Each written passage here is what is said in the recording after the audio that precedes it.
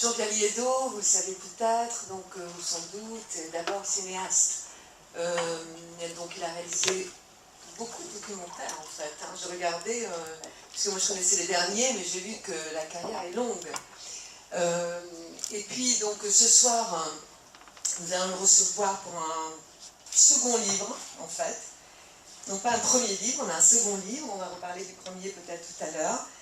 Et avant de lui donner la parole, j'aimerais bien d'abord, Jean-Pierre, qu'on revienne un tout petit peu peut-être pour placer un petit peu les choses, revenir un petit peu, mais très rapidement, sur ton parcours, qui est un parcours, je pense qu'il va être éclairant pour ce que nous allons entendre ce soir, puisque tu es né en Algérie. Je ne dirais pas l'année, mais tu es encore très très jeune, tu es né en Algérie, et donc tu es juif, et tu as quitté l'Algérie forcé en 93, ce qui est déjà une histoire assez rare. Je suis moi-même algérienne, en fait, j'ai quitté bébé, comme tout le monde, comme la majorité des gens, donc ça m'interpelle toujours. Je crois que vous êtes très rare, en fait, à être resté en Algérie après l'indépendance. Et je pense qu'on va y revenir justement parce que je crois que cette expérience, si je puis dire, ces années passées en Algérie, certainement, c'est comme ça que j'ai compris, en tout cas, la lecture de ce livre dont on va parler ce soir. Pour moi, je crois qu'il y a une interaction extrêmement étroite entre ton histoire personnelle et la grande histoire, si je puis dire.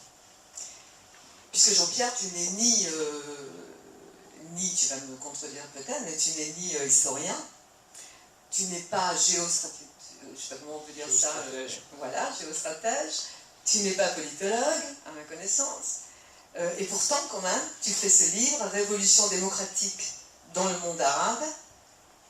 Ah, si c'était vrai. Ça, c'est moi. Voilà. Donc, disons que ma première question, c'est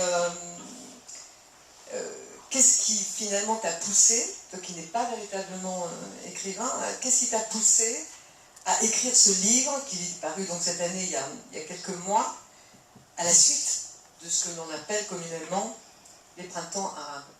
Donc, bonsoir. Merci.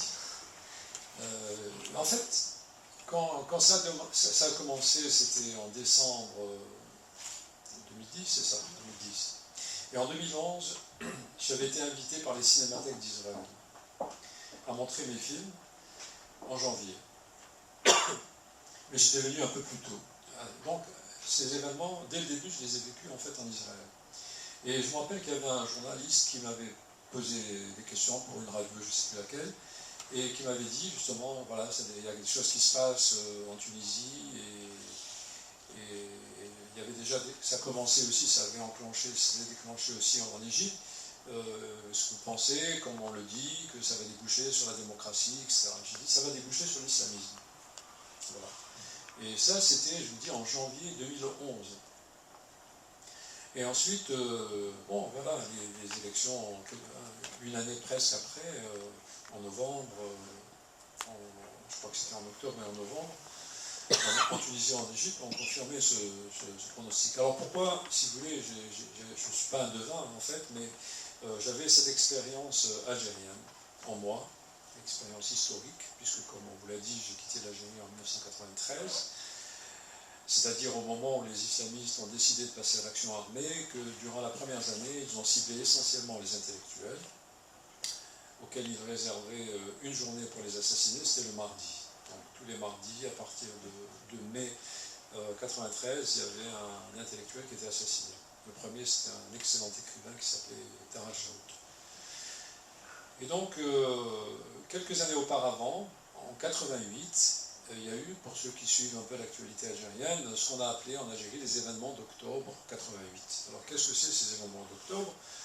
C'était du 5 octobre au 10 octobre, dans toute l'Algérie, dans toutes les villes d'Algérie, des jeunes qui sortent dans la rue, qui cassent tout ce qui est d'État, les banques, les magasins d'État qui sont pillés, y compris les locaux du FLN, quelques ministères, etc., qui sont investis, incroyable, dans un pays totalitaire, policier, etc., les jeunes deviennent les maîtres de la rue, c'est eux qui font la circulation, qui arrêtent les voitures, etc., qui ouvrent les coffres. Alors, ça, et très rapidement, quelques jours après, la police, l'armée descend dans les rues, prend les jeunes, les amène dans des casernes spécialement déjà préparées à cet effet, avec des tessons de bouteilles cassés, on fait marcher les jeunes à genoux dessus, etc., on attrape les chefs de bande, on les castre, etc. Alors quand je vous dis tout ça, c'est pas des... Il y a eu quand même 600 morts dans la répression. Moi, j'ai fait partie à cette époque d'un comité qu'on avait appelé le comité contre la torture, qui a été constitué 10 jours après, le 17 octobre. Et à ce moment-là, on a pris des témoignages des jeunes, justement, et on a écrit un livre qui s'appelait Le Cahier noir d'octobre. Mais bon, quand on faisait ce travail de collecte des témoignages, on se posait aussi la question, pourquoi, comme ça, pendant plusieurs jours, il n'y avait rien eu, et tout d'un coup, pourquoi on avait torturé massivement? Parce qu'en Algérie, on avait torturé des chefs politiques, des gens politiques, pas des tout venants, disons, de la jeunesse, comme ça. Et donc, c'est l'histoire qui allait suivre dans les mois d'après, ça n'a pas mis longtemps pour nous éclairer. Quelque temps après, le président de la République, Chadli à l'époque, dit « Je vous ai compris, j'ai compris le message de la jeunesse, il faut changer les institutions ». Les jeunes n'avaient pas demandé ça. La révolte des jeunes, c'était au maximum, comme slogan politique le plus avancé, le plus révolutionnaire, c'était la halte à la hogra. La hogra, en arabe, c'est l'humiliation, parce qu'ils se considéraient humiliés par les policiers au quotidien, pour n'importe quelle chose, etc. Voilà, il n'y avait pas de bande pour la démocratie, de banderole pour la démocratie, ni rien durant ces journées. Et donc, le président annonce que finalement, il va y avoir une nouvelle constitution, et qui est votée, évidemment, à la manière dont on vote dans les pays arabes, c'est-à-dire à 99%, la nouvelle constitution qui prévoit donc la fin du parti unique, le pluralisme, comme on dit, politique.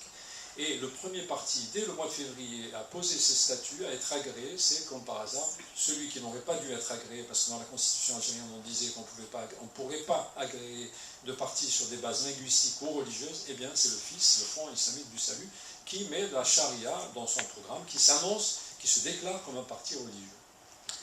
À partir de là, on commence à comprendre finalement que tout ce processus, finalement, de soi-disant révolution d'octobre, des événements d'octobre, c'était un processus qui visait en fait à bouleverser le champ politique algérien par une sorte de grosse manipulation. Ça, c'était l'hypothèse que moi, en tout cas, je faisais à l'époque, et qui a été confirmée parce que 2 ou 3 ans après, en Algérie, il y a eu un débat entre, disons, qu'est-ce que c'était les événements d'octobre. Il y a eu des généraux qui ont participé, et notamment le général qui dirigeait la sécurité militaire au moment où se sont passés ces événements d'octobre, qui s'appelait le général Bichin, et qui dit, textuellement, donc dans une interview, il y avait eu un plan que nous avons appelé le plan Potemkin, justement.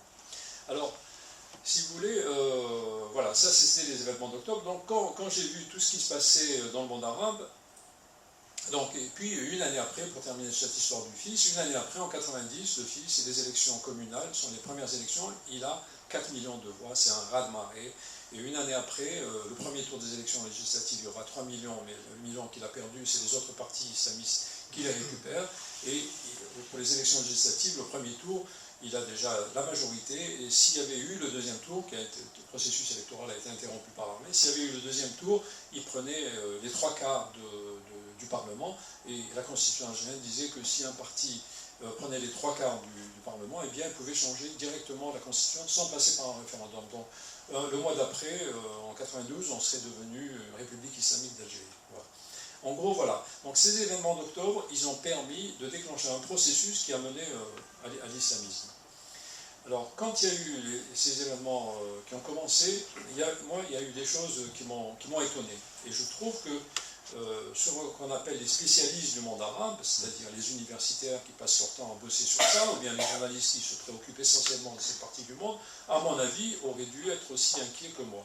Bon, première bizarrerie, c'est que il n'y a que les jeunes, comme on dit, les blogueurs, comme on disait, les femmes, des démocrates, paraît-il aussi, qui sont sortis dans la rue, et les barbus, on ne les voyait pas. Donc c'était le signe que nous avions affaire à une révolution démocratique, parce qu'on ne voyait pas les barbus, on ne voyait pas les islamistes, on ne voyait pas les effectivement, ils ne sont pas sortis au début dans la rue. Mais justement, quand on connaît le monde arabe, et qu'on sait que c'est la première force politique réelle, on n'aurait pu que s'étonner de leur absence. Elle ne cachait-elle pas quelque chose? Première chose. Deuxièmement, le fait qu'il y ait comme ça cet effet domino, un peu comme ça dans l'ensemble du monde arabe. Pour l'Algérie, l'effet domino de la révolte qui se passait dans les différentes villes, c'était étonnant. Pourquoi? Parce qu'on peut se poser la question. Quand il y a une chose qui se passe dans plusieurs endroits à la fois, ça veut dire qu'il y a un organisateur, il y a une coordination. Qui est l'organisateur? Qui est l'ordonnateur? Dans le cas de l'Algérie, on pouvait le deviner, mais ça a été confirmé, c'était la sécurité militaire elle-même qui avait déclenché ce processus. Dans le cas du monde arabe, c'était qui? Voilà. Ce sont des questions que, je pense, tout le monde aurait dû se poser. C'est un processus étonnant. Dans des pays qui sont comme la Tunisie ou l'Égypte, qui sont des pays comme l'Algérie, totalitaires, policiers, militaires, etc., tout d'un coup, les militaires n'agissent presque plus. Ils laissent faire. Alors, on devrait se poser la question, pourquoi les militaires laissent faire? Parce que là où les militaires ne se sont pas laissés faire, la Libye ou la Syrie aujourd'hui, il y a la guerre. Donc, est-ce que les démocrates, les jeunes, les blogueurs, les femmes ont gagné parce qu'ils ont gagné par un processus de révolution révolutionnaire, ou bien tout simplement parce que l'armée a laissé faire? Voilà les questions que dès le début je me suis posées. Et puis après je me suis dit, bon finalement, effectivement, si vous voulez, j'ai pensé aussi à l'expérience des pays de l'Est. C'est-à-dire qu'à partir du moment où l'URSS a décidé de ne plus partir au secours des autres pays, disons, du pacte de Varsovie auquel elle était alliée, ça s'est effondré comme un château de cartes, un pays après l'autre, tout simplement parce que l'armée soviétique n'intervenait plus.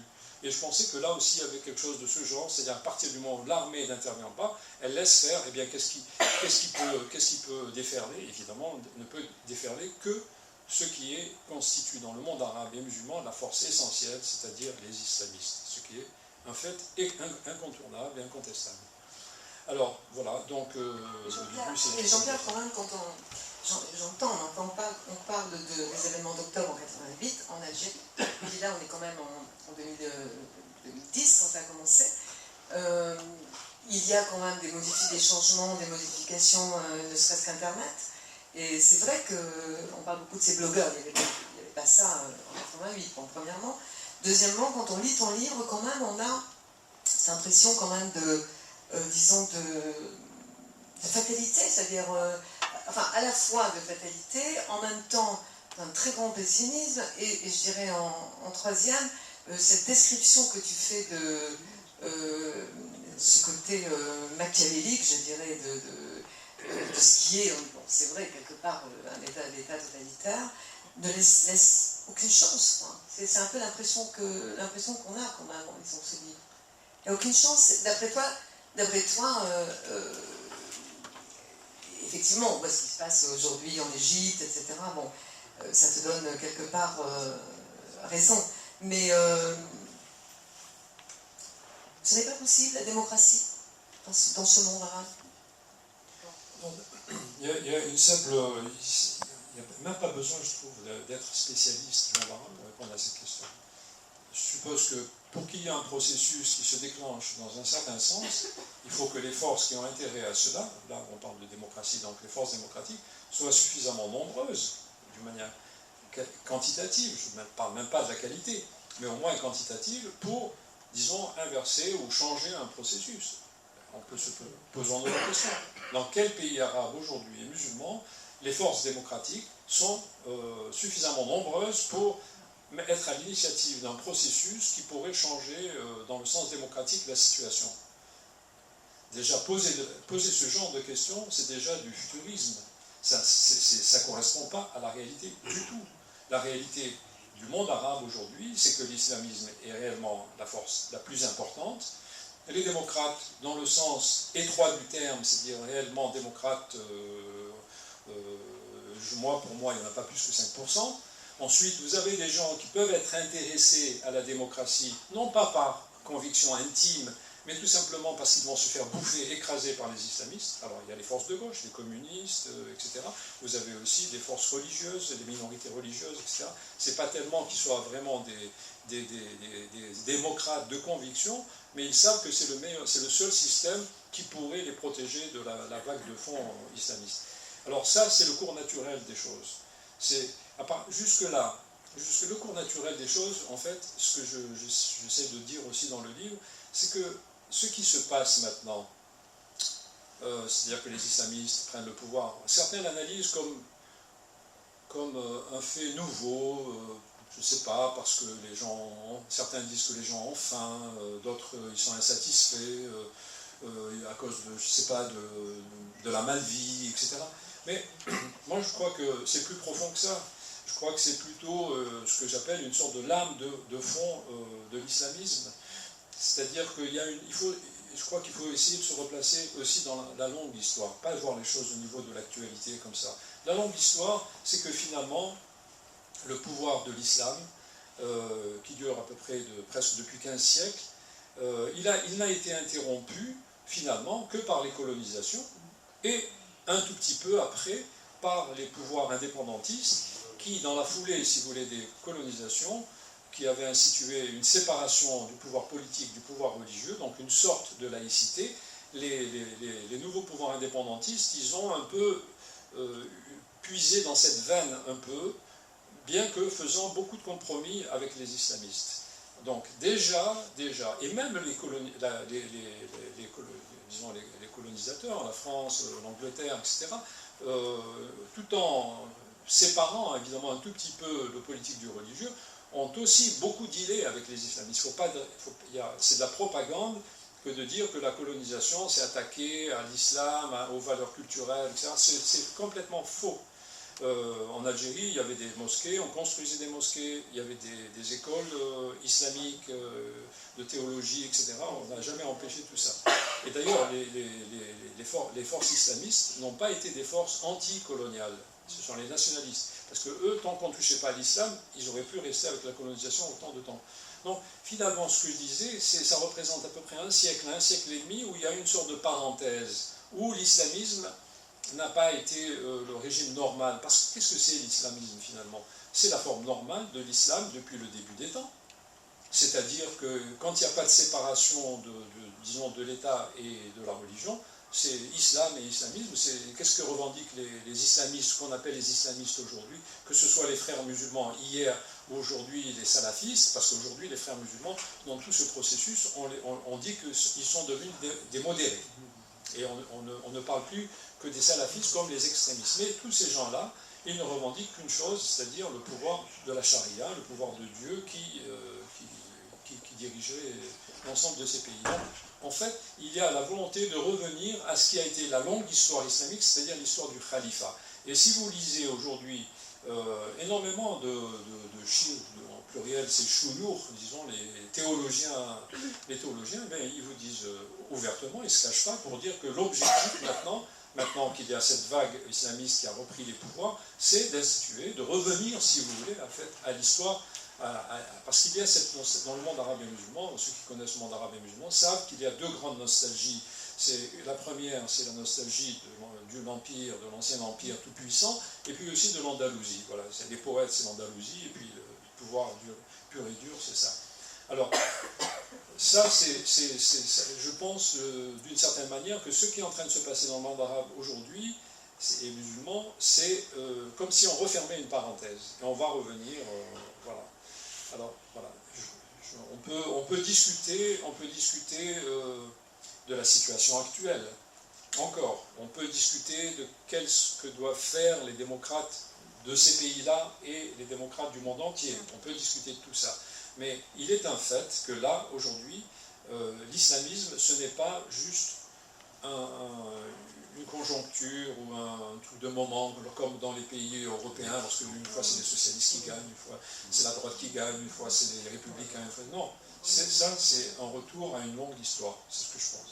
Et comment, pour rester là-dessus, parce que je parlais de fatalité, mais tu fondes ça quand même, je sais que tu as un prochain livre en préparation qui va développer, tu en parles un tout petit peu dans ce livre-là, tu fondes quand même l'avenir, enfin, plutôt tu expliques cette situation par trois principes.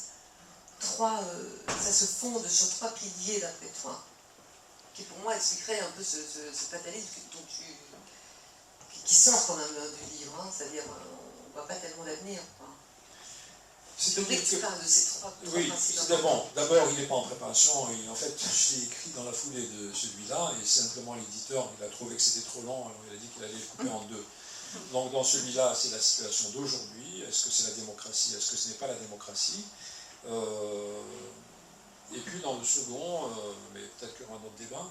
Non, mais j'aimerais te parler un peu parce que dans le second, si vous voulez, je termine celui-là en disant donc si on veut parler, disons, de démocratie dans 3 siècles, et je dis bien que quand je dis 3 siècles, au début je croyais que j'étais pessimiste, mais quand j'ai lu le frère du fondateur des frères musulmans, le fondateur s'appelle Hassan el-Banna, il a été assassiné en 1949, après avoir lui-même été instigateur de plusieurs meurtres d'hommes politiques en Égypte.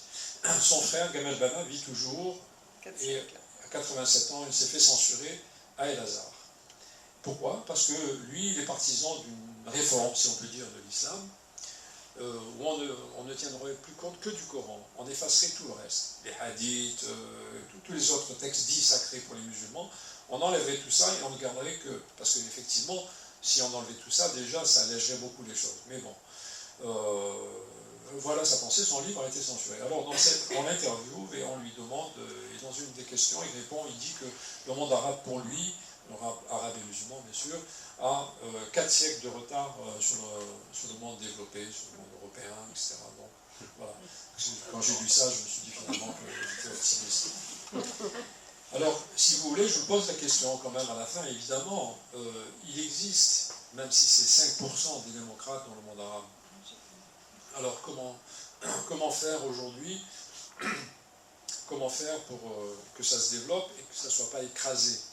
Je pense que dans le moment présent, la tactique la pire des démocrates dans le monde arabe serait, vu qu'ils sont très peu nombreux, évidemment de se couler peu à peu, de modifier leur discours, leur posture, pour évidemment ne pas être en but trop à des agressions. Parce qu'imaginez-vous, quand vous êtes dans un pays comme l'Égypte, où les frères musulmans, ils ont 70%, sans parler des autres, etc., ou en Tunisie, ils ont la majorité, etc., où ils se partagent le travail. Aujourd'hui, vous avez les groupes islamistes les plus importants, c'est les frères musulmans en Égypte, ou bien c'est Ennahda en Tunisie. À mon avis, il y a une sorte de partage des tâches avec ceux qu'on appelle les salafistes, ou ce qu'on appelle les extrémistes. C'est-à-dire qu'eux se permettent d'être agressifs, de terroriser. Et les autres, ils apparaissent comme des modérés. Mais en fait, c'est tout simplement une sorte de marché entre eux. Ça leur permet justement, par rapport à la galerie occidentale, de se présenter comme des gens, disons, au-dessus de tout soupçon. Mais quand vous êtes au milieu de tout ça, vous avez peur. Vous avez peur pour vous, vous avez peur pour votre famille, vous avez peur pour tout le monde.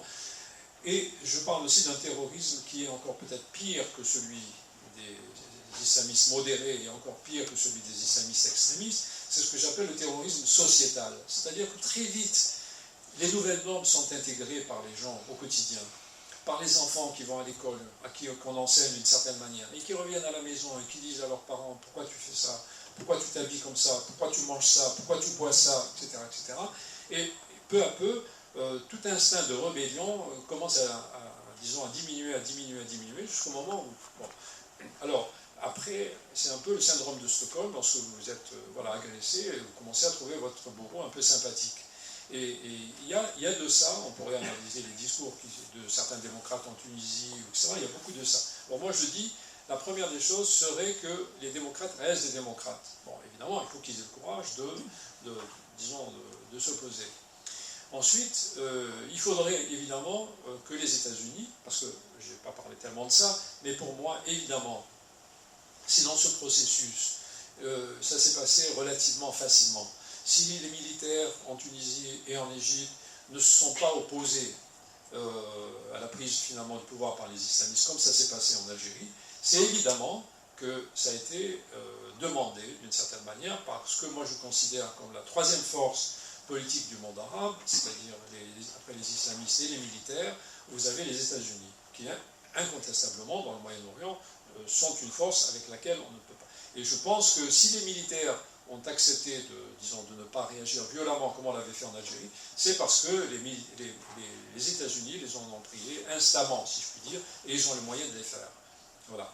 Donc, aujourd'hui, quand j'ai relu le discours d'Obama, d'ailleurs, en 2009, au Caire, à l'université, j'ai cru lire quasiment toute la nouvelle stratégie américaine qui s'est opérée depuis une année et demie au Moyen-Orient. C'est-à-dire, si vous lisez ce discours, d'abord vous constatez qu'un tiers du discours, c'est un hommage à l'islam.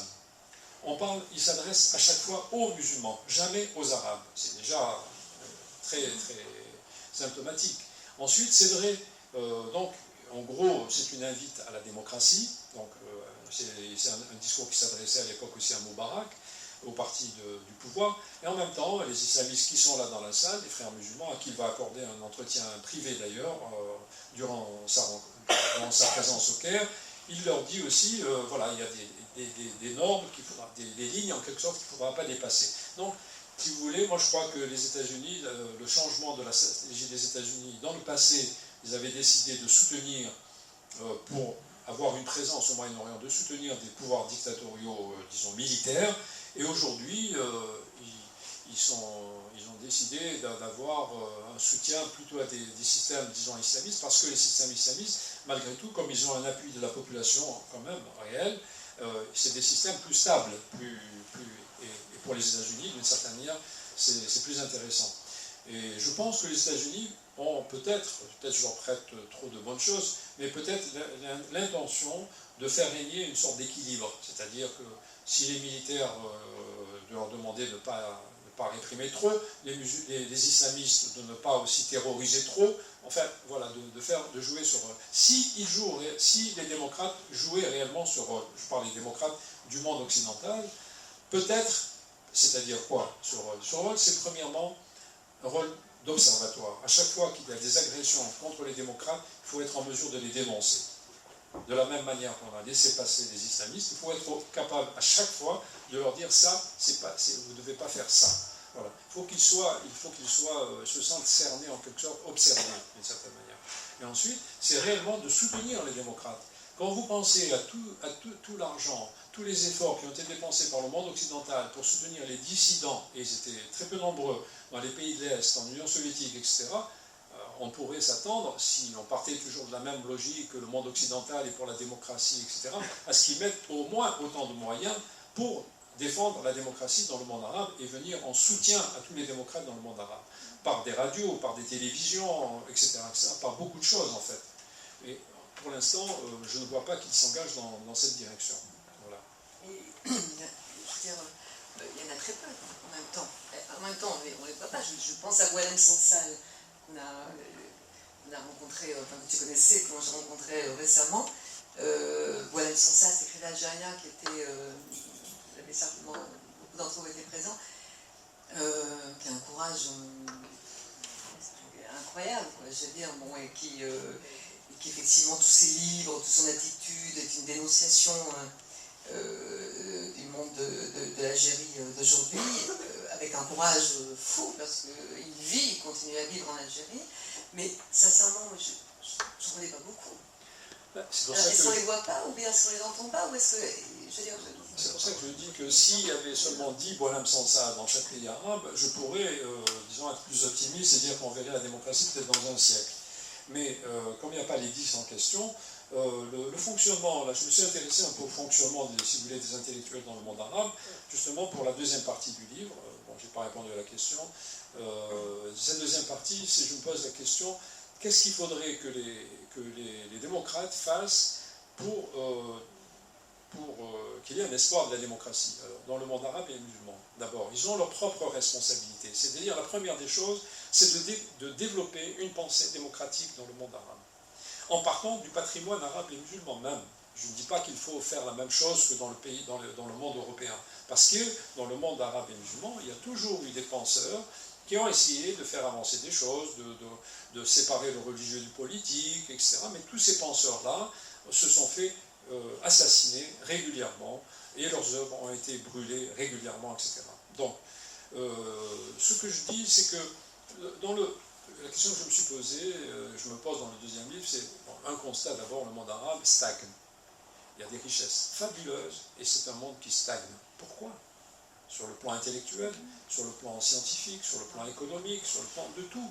Les gens veulent partir, les jeunes veulent partir. La seule chose à laquelle on pense dans le monde arabe, quand on est dans la jeunesse, c'est partir, quitter ce monde, etc. Pourquoi? Bon. Alors, vous avez différents types de réponses à cette question. La majorité des gens vous parlent de l'économie, de trucs, etc. Pour moi, c'est essentiellement les choses se passent dans la pensée. Je pense qu'il y a un problème dans la pensée dans le monde arabe. On n'arrive pas à penser. Dès que vous pensez, c'est-à-dire qu'est-ce que c'est penser? Penser, c'est commencer à dire quelque chose de différent. Mais pour cela, il faut qu'on tolère cette différence. Or, ce qui se passe dans le monde arabe et musulman depuis toujours, c'est que dès qu'il y a quelque chose qui sort de différent, on le réprime.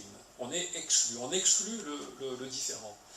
Et par conséquent, le résultat, c'est qu'on atrophie complètement cette pensée et ça stagne après. Alors, quelles sont les trois choses? Bon, il y en a beaucoup, mais moi j'ai distingué dans ce deuxième livre trois choses qui bloquent justement la pensée. Ce que moi j'appelle des unanimismes. L'unanimisme, c'est quand vous êtes pris dans un étau de la pensée ambiante et vous ne pouvez pas en sortir.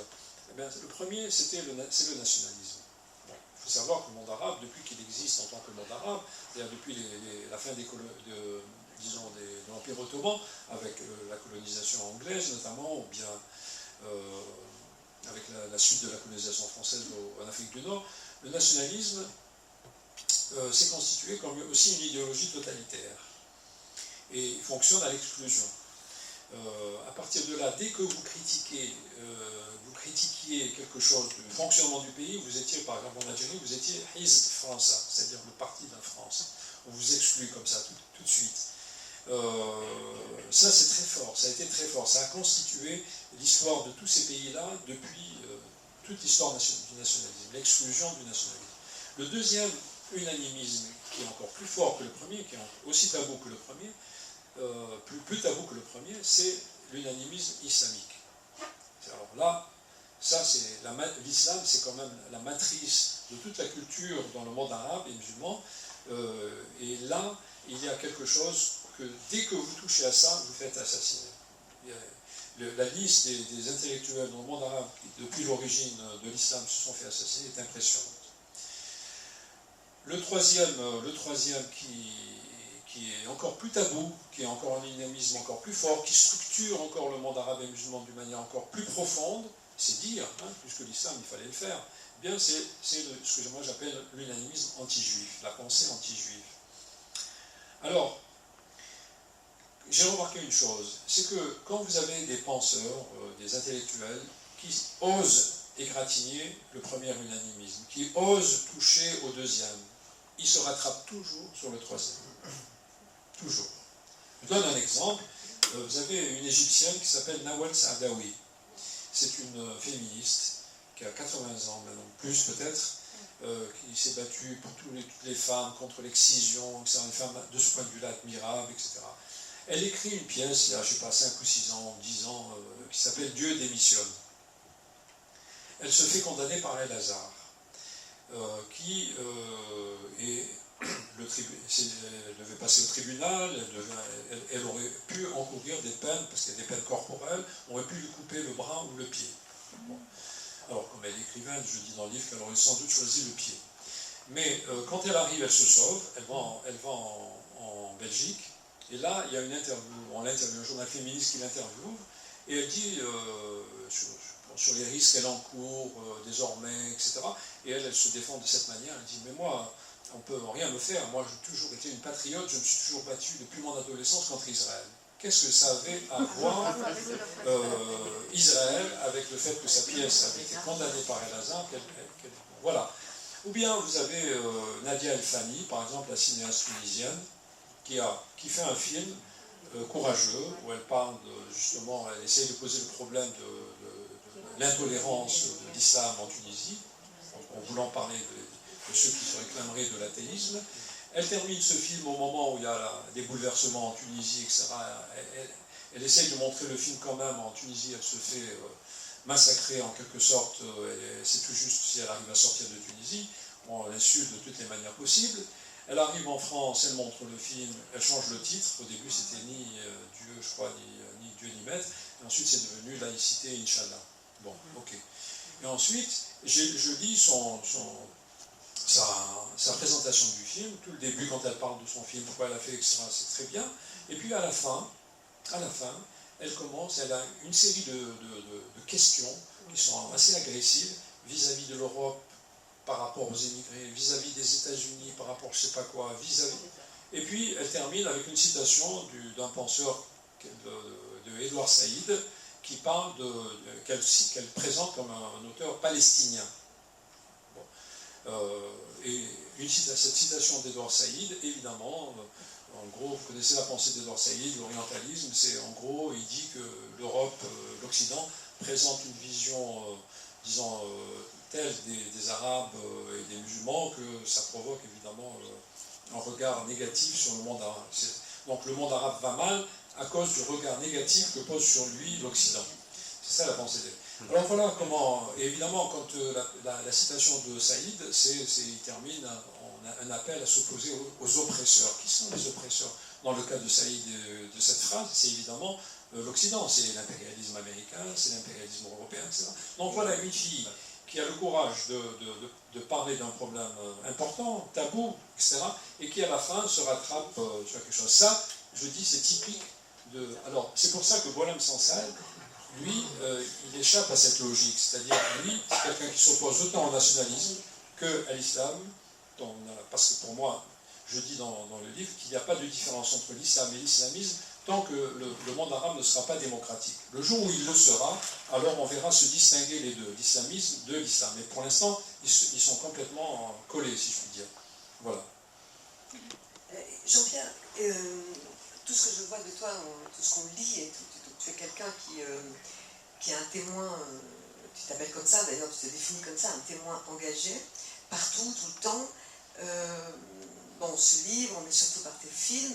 Le dernier film en date a été censuré en Algérie. Ma question, c'est de me dire, quel est l'impact, finalement? Est-ce que tu as, d'abord, est-ce que tu as encore des contacts avec des intellectuels algériens? Est-ce qu'il y a quelque chose, est-ce qu'il y a, disons, dans ton travail, dans cette façon de réagir absolument de chercher à chaque fois l'authenticité, c'est-à-dire de chercher à dénoncer ce qui est faux, la falsification de l'histoire, la mythification des faits, est-ce qu'il en sort quelque chose? Bon, si vous voulez, mon expérience, c'est que quand j'ai fait par exemple mon dernier film qui s'appelle Algérie Histoire à ne pas dire, qui a déjà été montré ici à Tel Aviv, mais qui va repasser à la Cinémathèque, ceux qui n'ont pas vu peuvent le voir mercredi, c'est dans 2 jours, à 20h, à la Cinémathèque de Tel Aviv.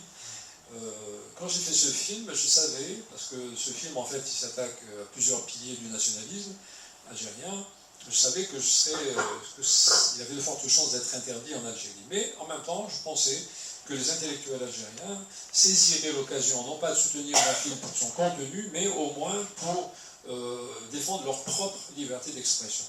Eh bien, ça n'a pas été le cas. J'ai été attaqué dans les journaux par ceux qui faisaient partie je dirais, de ma famille politique, disons plutôt marxiste. Et l'État, finalement, ne s'est pas tellement mis aux avant-postes pour m'attaquer dans les journaux, puisqu'il avait ses petits intellectuels de service pour le faire à sa place. Alors, ça, c'est à partir du moment où le film est sorti, il n'y a pas eu d'intellectuels qui se sont levés pour... Moi, si vous voulez, j'avais fait partie d'un mouvement intellectuel en Algérie qui s'appelle le Rassemblement des artistes intellectuels et scientifiques. On n'a pas, depuis les années 80 jusqu'au moment difficile de l'islamisme, en 93, ça s'est terminé, on avait défendu des tas d'artistes qui avaient été attaqués par le pouvoir du FLN, etc., des pétitions, etc. Bon, enfin, c'est comme ça qu'on avait agi. J'espérais que là, peut-être, il y aurait une pétition. Rien du tout. Bon, ça, c'était... À partir de là, j'ai bien vu qu'il y avait toute une partie des intellectuels algériens, parce que je m'étais attaqué à cet unanimisme nationaliste dont je parlais, m'ont lâché. Alors, après, dans mon expérience personnelle, ce film a été un tremplin, finalement, d'une certaine manière, pour que je m'intéresse à Israël, que je ne connaissais pas, et qui était plutôt un pays avec lequel j'avais une relation plutôt négative. Eh bien, à partir du moment où j'ai commencé à m'intéresser à Israël, à connaître, à lire, à comprendre, etc., alors, ce qui s'est passé pour mon film, c'est à la puissance 100. C'est-à-dire que là, il n'y a plus personne, quoi. Il y a tout mon carnet d'adresses maintenant qui est... voilà. Du fait que tu t'es intéressé, oui, d'une manière positive, c'est-à-dire à partir du moment où je ne répète plus les slogans, les 3 ou 4 slogans qu'on répète dans tout le monde arabe et musulman, parce que qui est frappé d'abord d'ignorance et qui ne veut pas connaître. Donc aucune autre, mais et dans le monde, bon, ça c'est dans le monde. Ceci dit, ça ne veut pas dire, parce que dernièrement, voilà, j'étais en relation, il y a quelqu'un de France qui m'a dit, je voudrais aller en Algérie, est-ce que tu ne connais pas des gens qui... Je lui ai dit, moi j'ai presque plus d'amis, mais il y a un des personnages de mon film, à Oran, s'il est encore à Oran peut-être, il m'a répondu, et il m'a dit, ne crois pas que tu n'as pas des amis en Algérie. Tu as encore des amis, bon, très bien. Mais le problème, vous savez, c'est que la majeure partie des gens n'osent pas parler. Alors peut-être les nouvelles générations, etc. Mais je ne pense pas que l'effet automatique des nouvelles générations, parce que vous savez, les gens du parti unique qui dirigent l'Algérie aujourd'hui, même si c'est un faux pluralisme, ils ont déjà préparé les générations qui vont prendre le pouvoir après. Eux, ils vont disparaître dans les années qui viennent, Bouteflika et tous ses amis autour de lui, mais ils ont déjà préparé des gens de 50 ans, etc., qui sont là, qui sont préparés à leur image. Alors, c'est ce que je dis, c'est quand même très très pessimiste. Quand même très pessimiste. Parce que finalement, ce que tu as défini, à part les questions de l'islam, est quand même la question du régime totalitaire, tout simplement. C'est-à-dire le fait de ne pas donner la parole, de ne pas permettre la parole démocratique, et que dès que quelqu'un va dire quelque chose, le pouvoir va être immédiatement éliminé, etc. C'est le principe du régime totalitaire, pas spécialement du mode arabe. Mais du coup, c'est pour ça que je me dis, bon, on en est quand même sorti quelque part de certains régimes totalitaires de l'Est, etc. On en est quand même sorti. On a réussi quand même à en sortir de certaine façon. Donc pourquoi est-ce qu'on n'en sortirait pas? Pourquoi est-ce que les générations futures des pays arabes réussiraient à s'en sortir? Non, je pense que c'est ça. Ça paraît peut-être un peu naïf, si tu veux, mais je peux quand même penser qu'il y a... Quand tu dis, par exemple, permettre la pensée démocratique,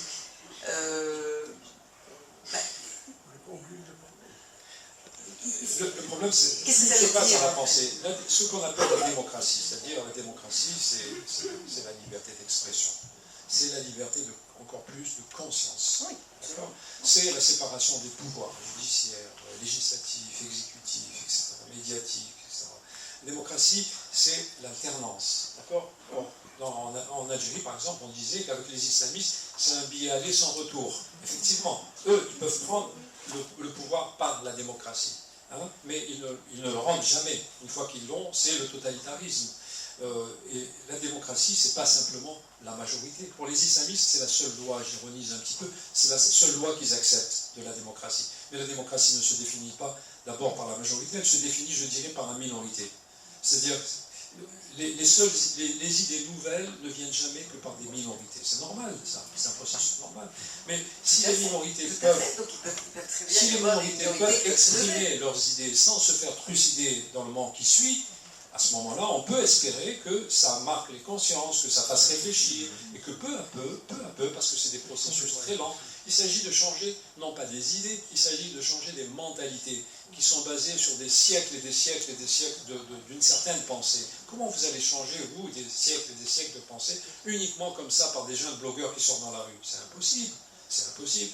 La démocratie dans le monde occidental, elle est le produit de peut-être de 4, de 5 siècles, si on fait démarrer les choses seulement à la Renaissance.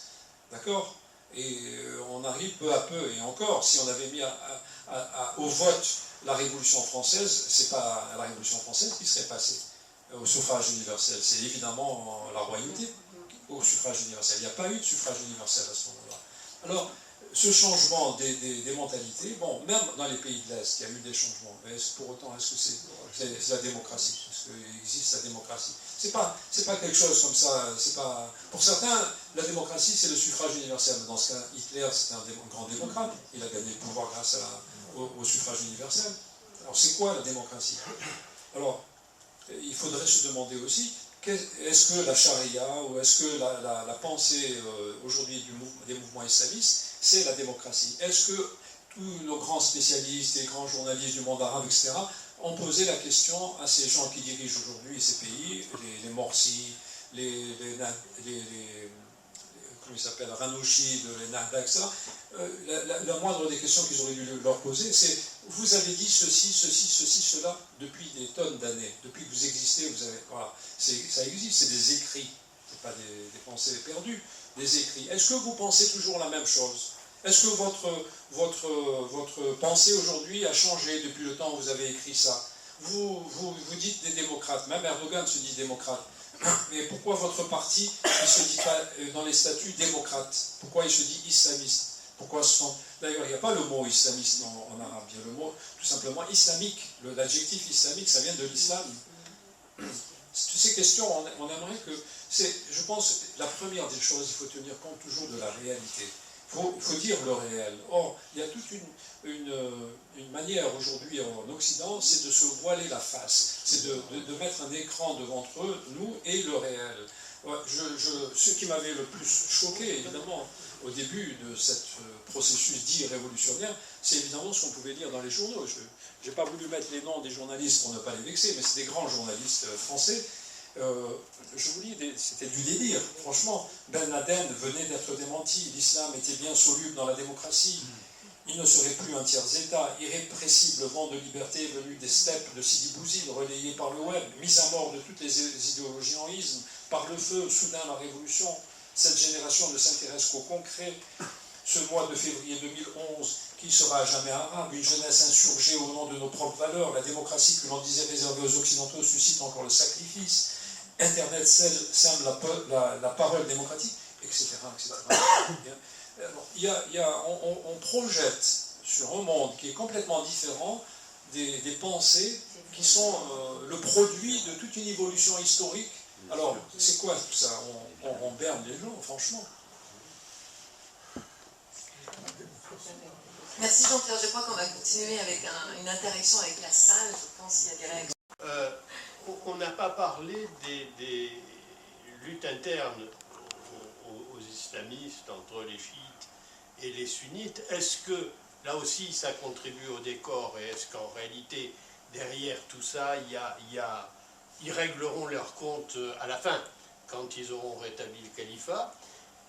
Et puis la deuxième question que je pose, c'est pourquoi Obama et les États-Unis jouent-ils cette stratégie? Pour dire que c'est des systèmes stables et que ça facilite les choses et que les États-Unis ont peut-être plus les moyens de faire un certain nombre de choses qu'ils pouvaient faire avant, c'est une voie, mais il y a peut-être aussi d'autres choses. Je suis d'accord avec ça. Parce que j'essaie de... La seule hypothèse, je ne suis pas géostratège, etc., mais j'essaie juste de réfléchir un peu de manière logique.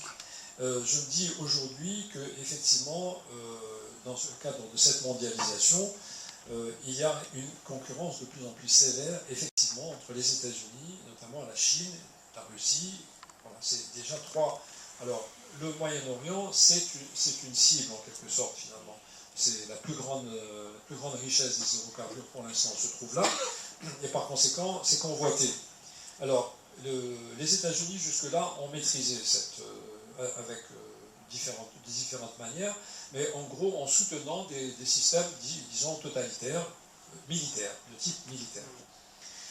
C'est comme ça que ça a fonctionné jusqu'ici.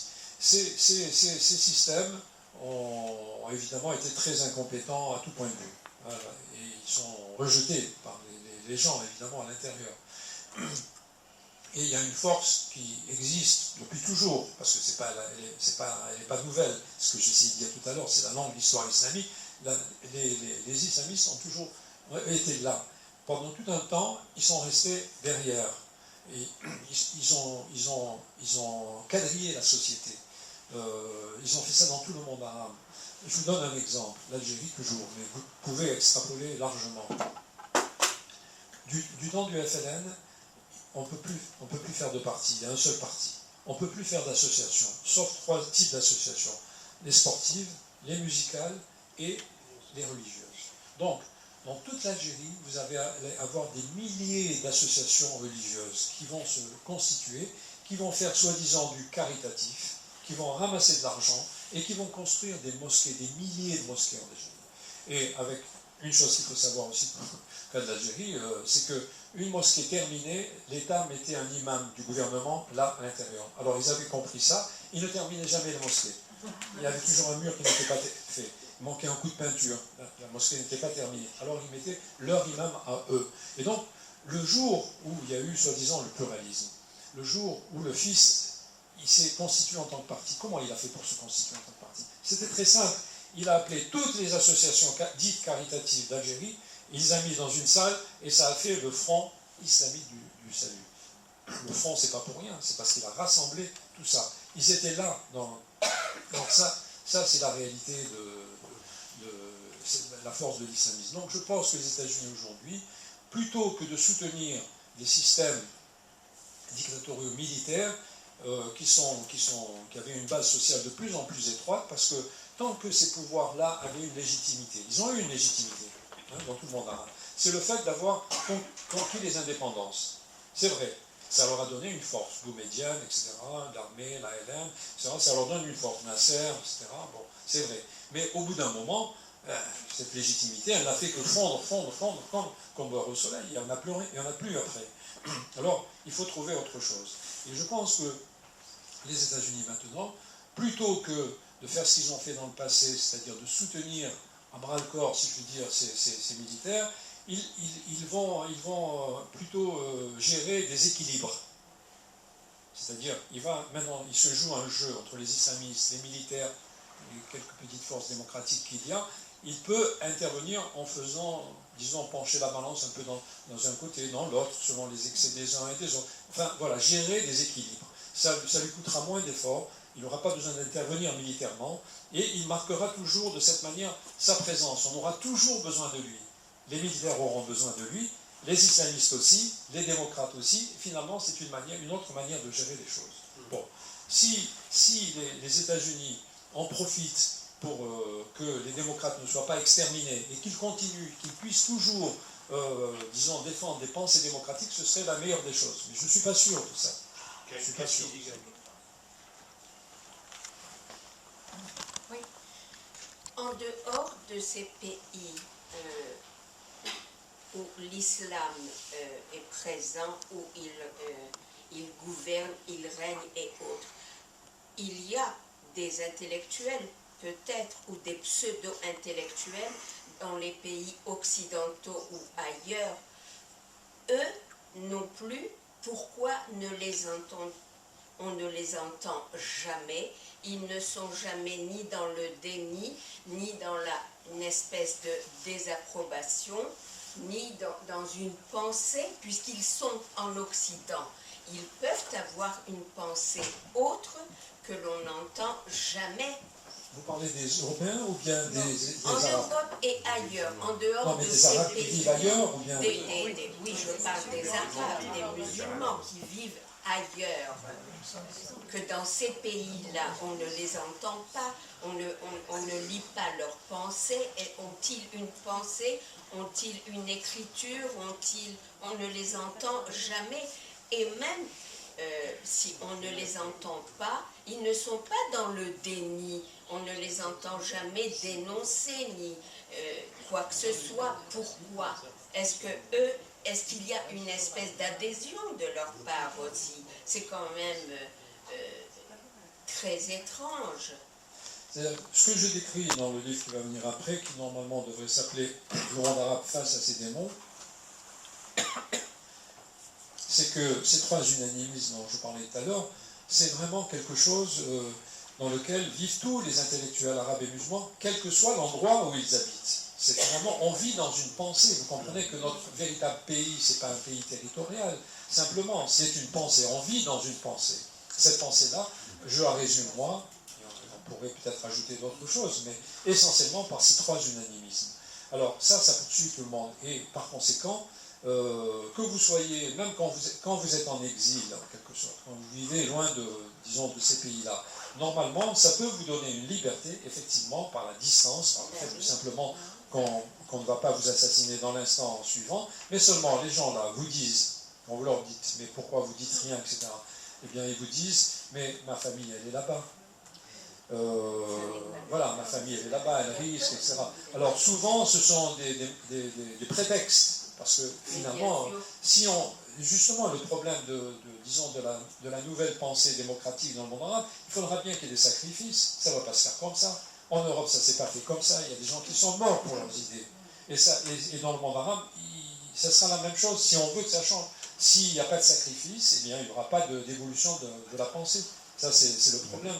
Ou alors, vous avez des alors, ceci dit, ça ne veut pas dire non plus qu'il n'y a pas...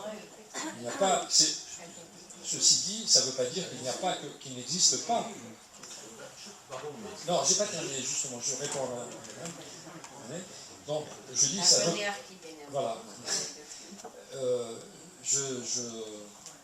Ça ne veut pas dire que ces gens n'existent pas. Il y en a qui, et notamment il y a énormément de femmes, comme par hasard, je les cite. Hein, il y a, bon, Wafa Sultan, beaucoup la connaissent. Il y a des gens comme Yamirchi Ali, il y a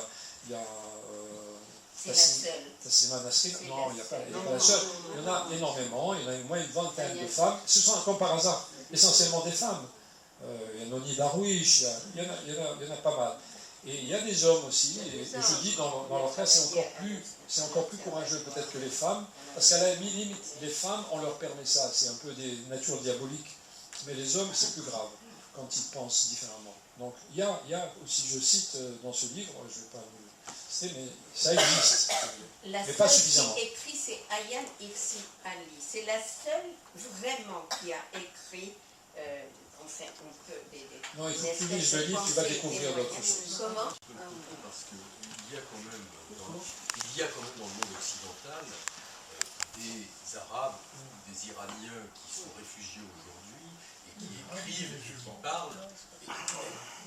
Arabes et Iraniens, c'est ce que je dis, parce que certains Arabes ne se disent pas musulmans, je le précise, mais si on prend le cas de Abdelwahab Meded, par exemple, qui a quand même écrit depuis un certain nombre d'années un grand nombre de livres sur la question avec un certain courage, il faut quand même le reconnaître. Il y a quand même un certain nombre de femmes, comme vous le disiez tout à l'heure, une des premières quand même avec, parce qu'il n'y a pas qu'Ayaan Hirsi Ali, Chador Javan a écrit Bas les voiles il y a quelques années, il y a une dizaine d'années maintenant en France, qui a fait énormément de bruit, et énormément de bruit dans le monde arabe aussi, parce que ce sont des textes qui ont circulé de manière clandestine.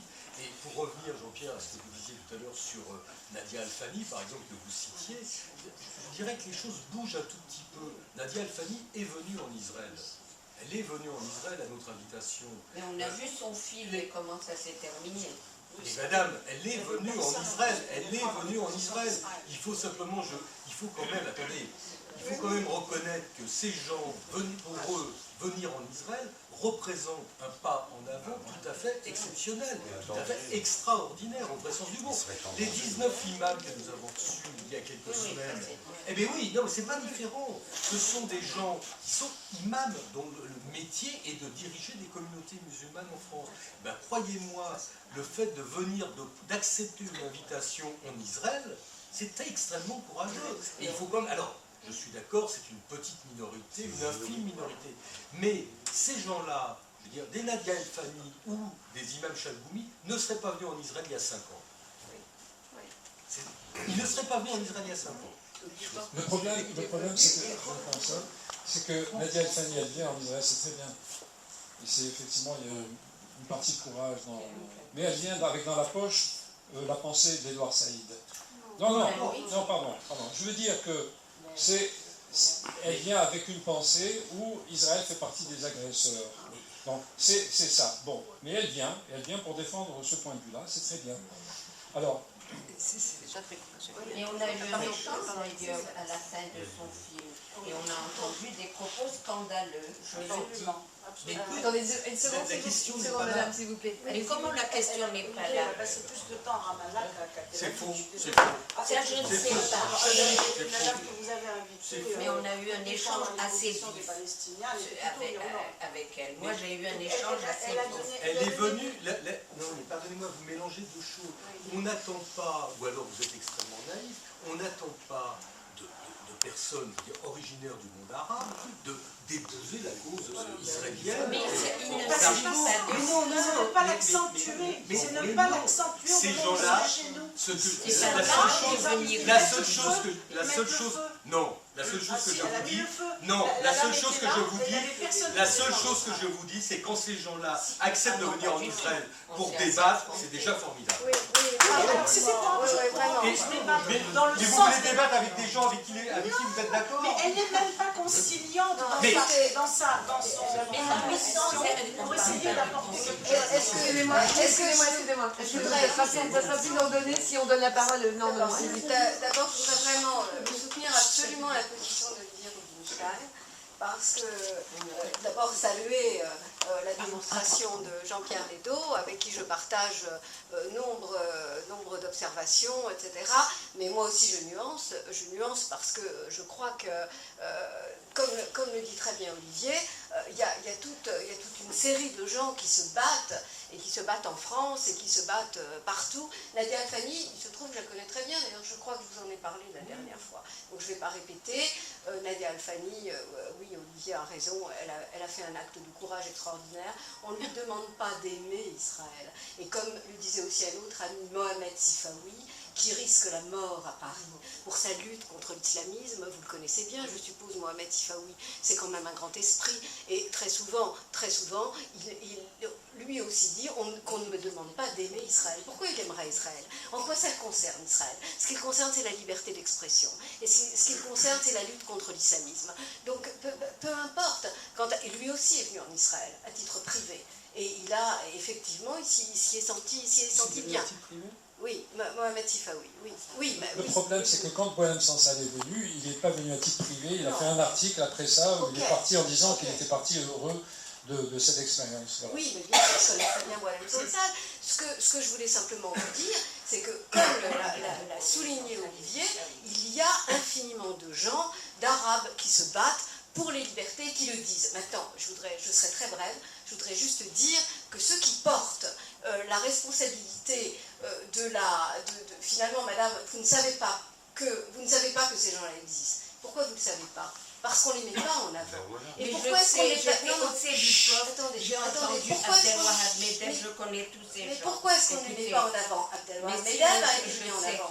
Mais il reste un nombre incroyable de gens qui a refusé constamment, depuis des années et des années, de mettre en avant la légitimité des Arabes et des musulmans qui se battaient pour les libertés. C'est une sorte d'unanimisme, et là je vous rejoins, cher Jean-Pierre Ledo, un unanimisme que vous avez oublié dans vos citations, c'est un unanimisme médiatique.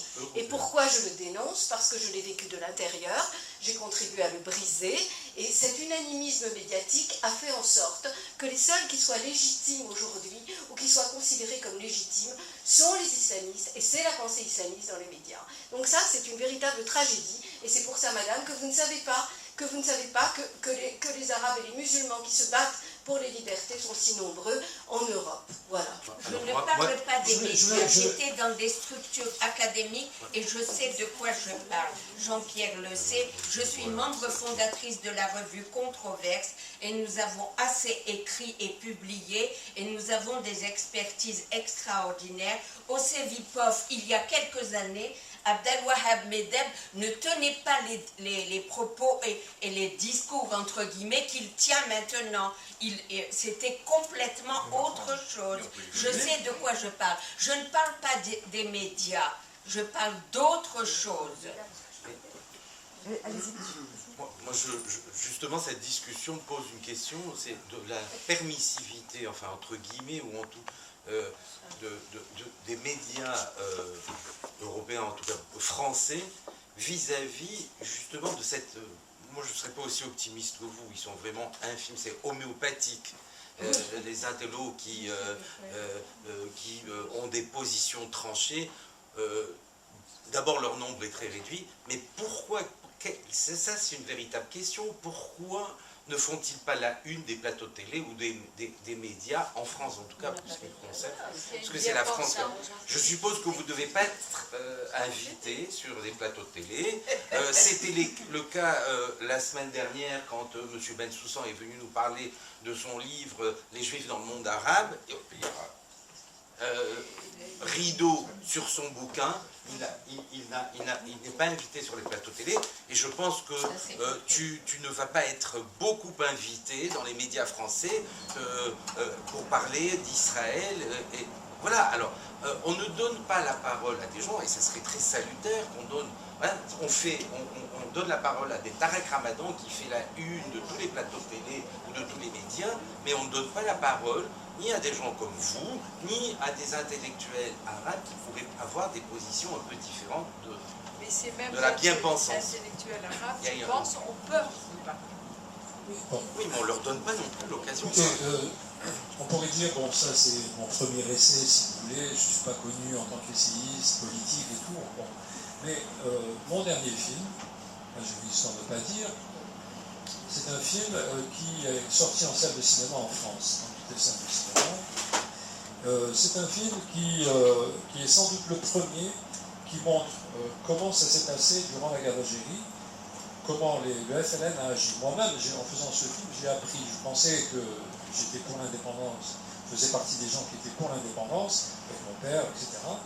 Et nous avions toujours pensé que le FLN s'était battu pour une seule chose, pour l'indépendance, pour la libération de l'Algérie, de la France, en quelque sorte. Eh bien, en faisant le film, j'ai vraiment compris qu'il y avait un autre objectif dans le FLN. Évidemment, on n'a jamais parlé officiellement dans ses discours à l'ONU ou bien vis-à-vis de la gauche française, c'est qu'il y avait une volonté d'épuration ethnique dès le début de la guerre, dès le début où il a mené la guerre, dès 1954. Et toutes ces grandes actions, c'est ce qui est montré dans le film, pas par moi, mais par des gens qui ont fait cette guerre, par des gens du FLN. Dans le film, il n'y a que des Arabes et des musulmans. Eh bien, eux, ils nous expliquent qu'ils ont mené cette guerre pour que les gens aient peur et pour qu'ils partent. Donc le terrorisme, je veux dire, je cite ça pourquoi? Parce que ce point de vue-là, dans le cinéma, concernant l'histoire algéro-française, n'existe pas. Tout simplement, il n'existe pas. Cette année, c'était le 50e anniversaire de l'indépendance algérienne. Il y a eu au moins 200 programmes, films, émissions, dans les journaux, dans les radios, dans les télés, etc. en France. Ils n'ont pas acheté mon film. Mon film, aucune télé, et pourtant, je peux vous donner la liste de tous les journaux ont été écrits positivement. Ça va du Monde, Le Monde a fait une 3e de page pour le film, il y a eu Libération, Humanité, les journaux de droite, de Figaro, etc. Tout le monde a écrit positivement en tant que film, en tant qu'objet cinématographique. Et pourtant, le film a été complètement censuré. Donc, effectivement, en France, la démocratie, du point de vue, elle est à un niveau très très bas, on peut dire. Ça, c'est en tant qu'expérience de cinéaste. Pour revenir à la question qui a été posée, alors effectivement, dans le monde arabe, il y a des intellectuels, surtout quand ils vivent à l'extérieur, ils ont plus de liberté de parole et ils s'autorisent quelques, disons, pensées subversives. Mais ça ne va jamais très loin. On prend Abdelhamid Medeb, par exemple. Medeb, en gros, il a un livre qui s'appelle comme ça, je crois, où il parle de la maladie de l'islam.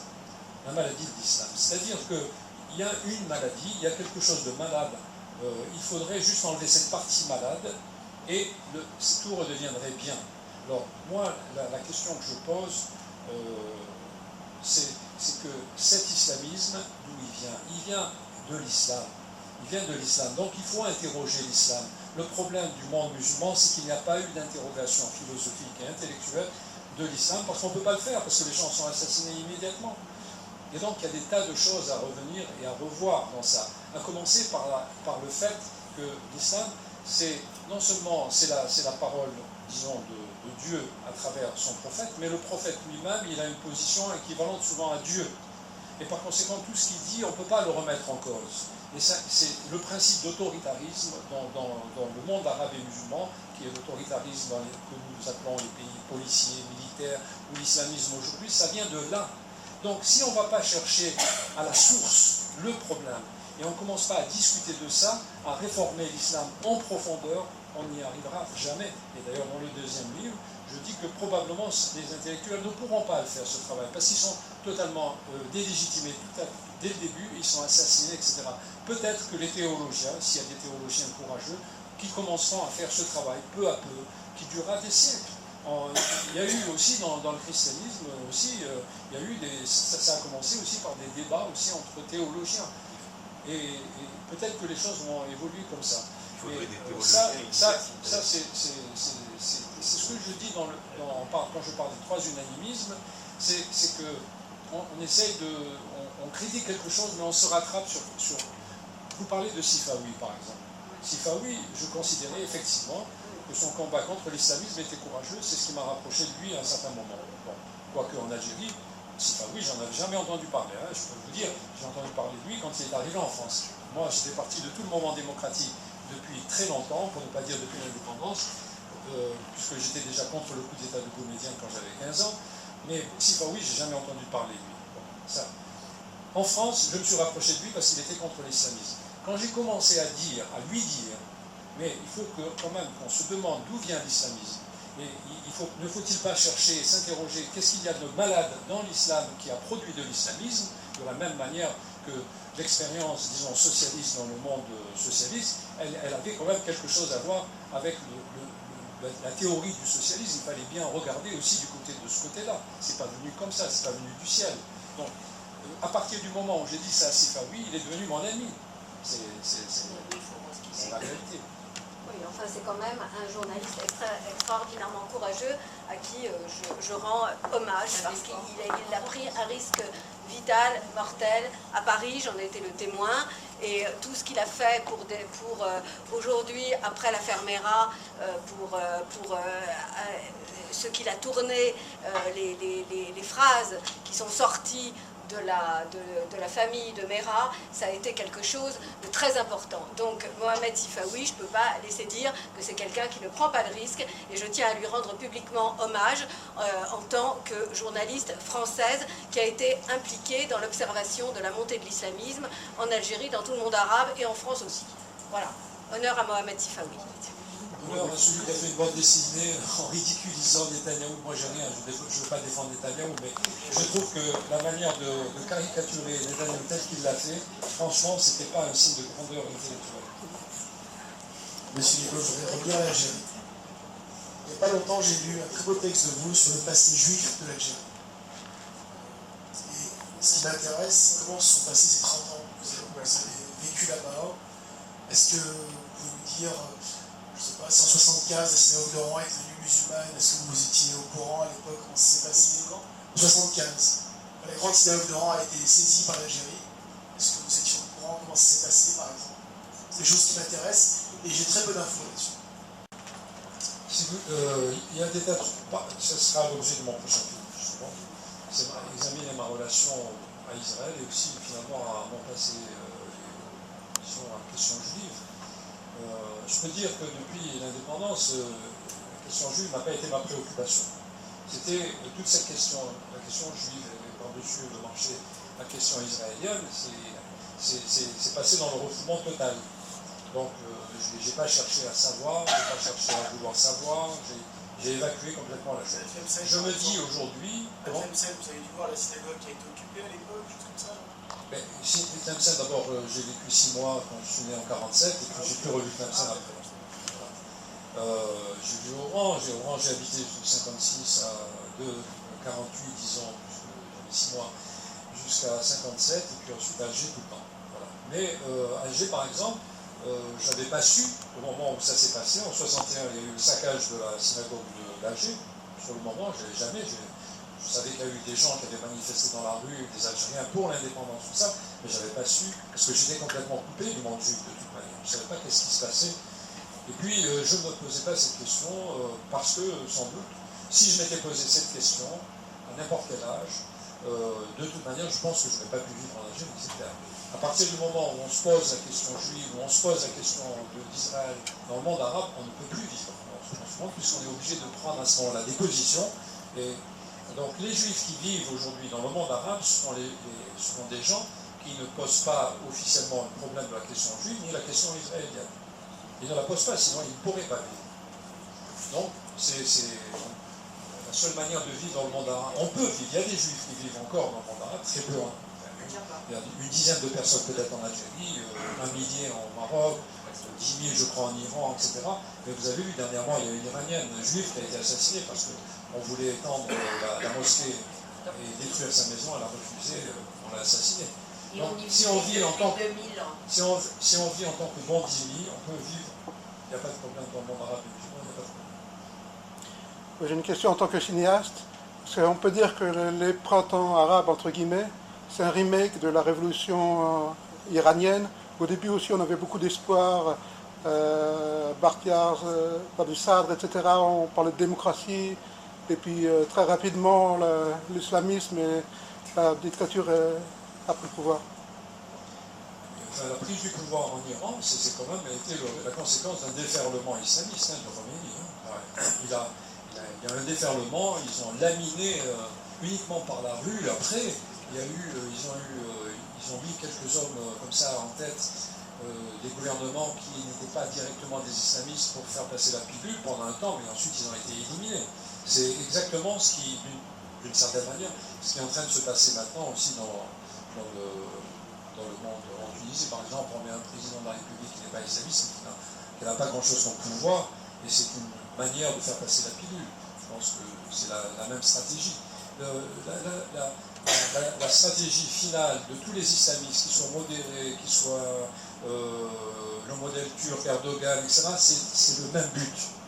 Simplement, c'est les manières d'y arriver, c'est doit-on tenir compte du contexte international, doit-on tenir compte des États-Unis ou passer en force, doit-on tenir compte des armées ou bien passer en force, c'est ça. Vous avez des chouyours qui, si vous lisez, des Égyptiens qui sont des frères musulmans importants, Sheikh El-Gad par exemple, je le cite dans le livre, et qui disent clairement que l'objectif c'est toujours le khalifa, c'est toujours, et quand ils disent le khalifa, c'est pas simplement les pays arabes et musulmans d'aujourd'hui, c'est ceux à venir. Mais est-ce qu'il y a un islamisme modéré? Franchement, est-ce que c'est pas antagoniste?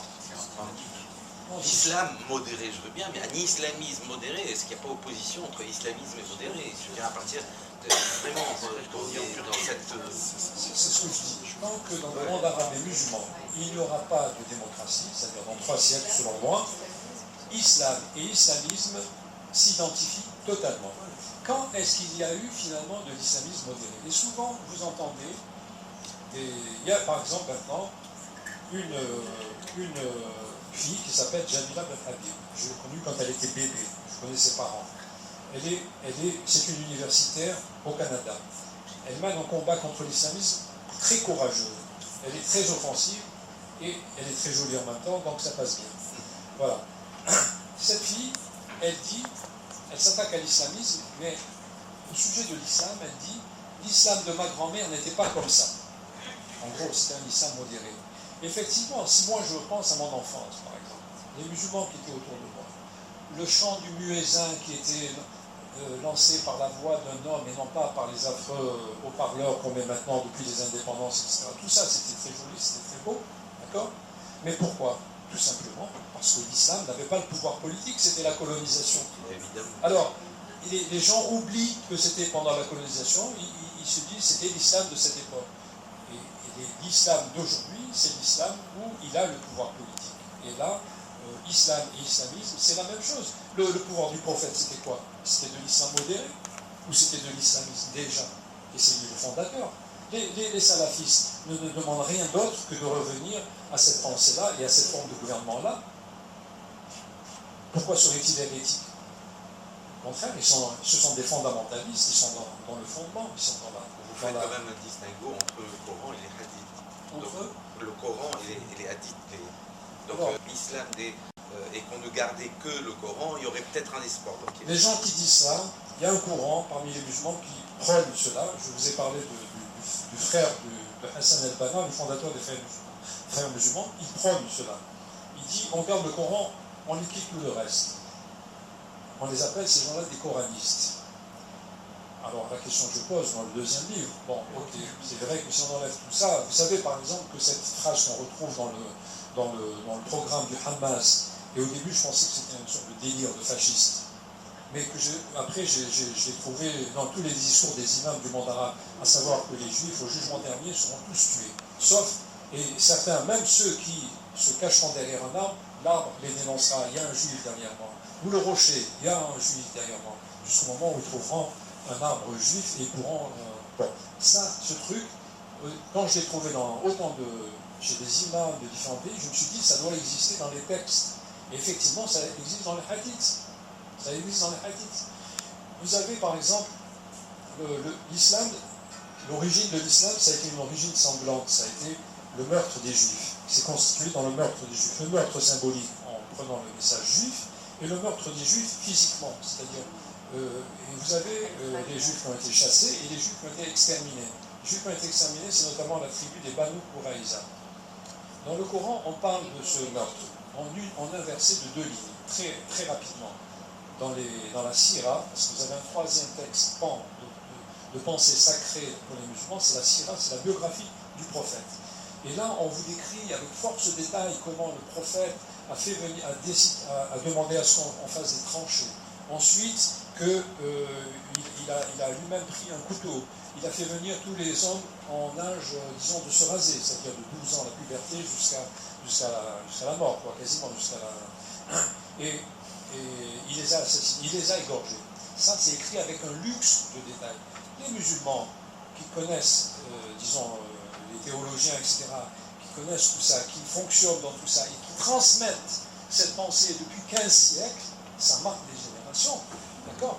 Alors, le problème, on dirait, bon, on enlève tout ça, on garde que le Coran. C'est la question que je pose dans le second livre. Et alors là, j'essaye d'aller dans le cœur même du Coran pour montrer que la pensée, disons, autoritaire, justement, d'un prophète qui se prend pour Dieu, hein, il y a suffisamment de versets pour démontrer cela, évidemment exclut toute remise en cause, disons, et le Coran, disons, toute pensée, disons, de subversion, même. Ça exclut la pensée de subversion. Sans quoi, il n'y a pas de progrès intellectuel, et sans quoi, on ne peut pas remettre en cause les unanimismes. Ça, je ne trouve pas Medeb, qui est un grand islamologue, effectivement, il connaît très bien les textes, hein, c'est un fils d'imam lui-même, etc. Moi, je n'ai jamais entendu dire ça. Bien, merci beaucoup Jean-Pierre Lédo. Et je vous rappelle que vous avez ici son livre, donc Révolution démocratique dans le monde arabe, et le film Algérie, le dernier film dont on a parlé tout à l'heure, donc qui a été effectivement censuré en Algérie. Et le film d'ailleurs va être projeté à la Cévenataille après-demain, c'est le mercredi à quelle heure? À 20h.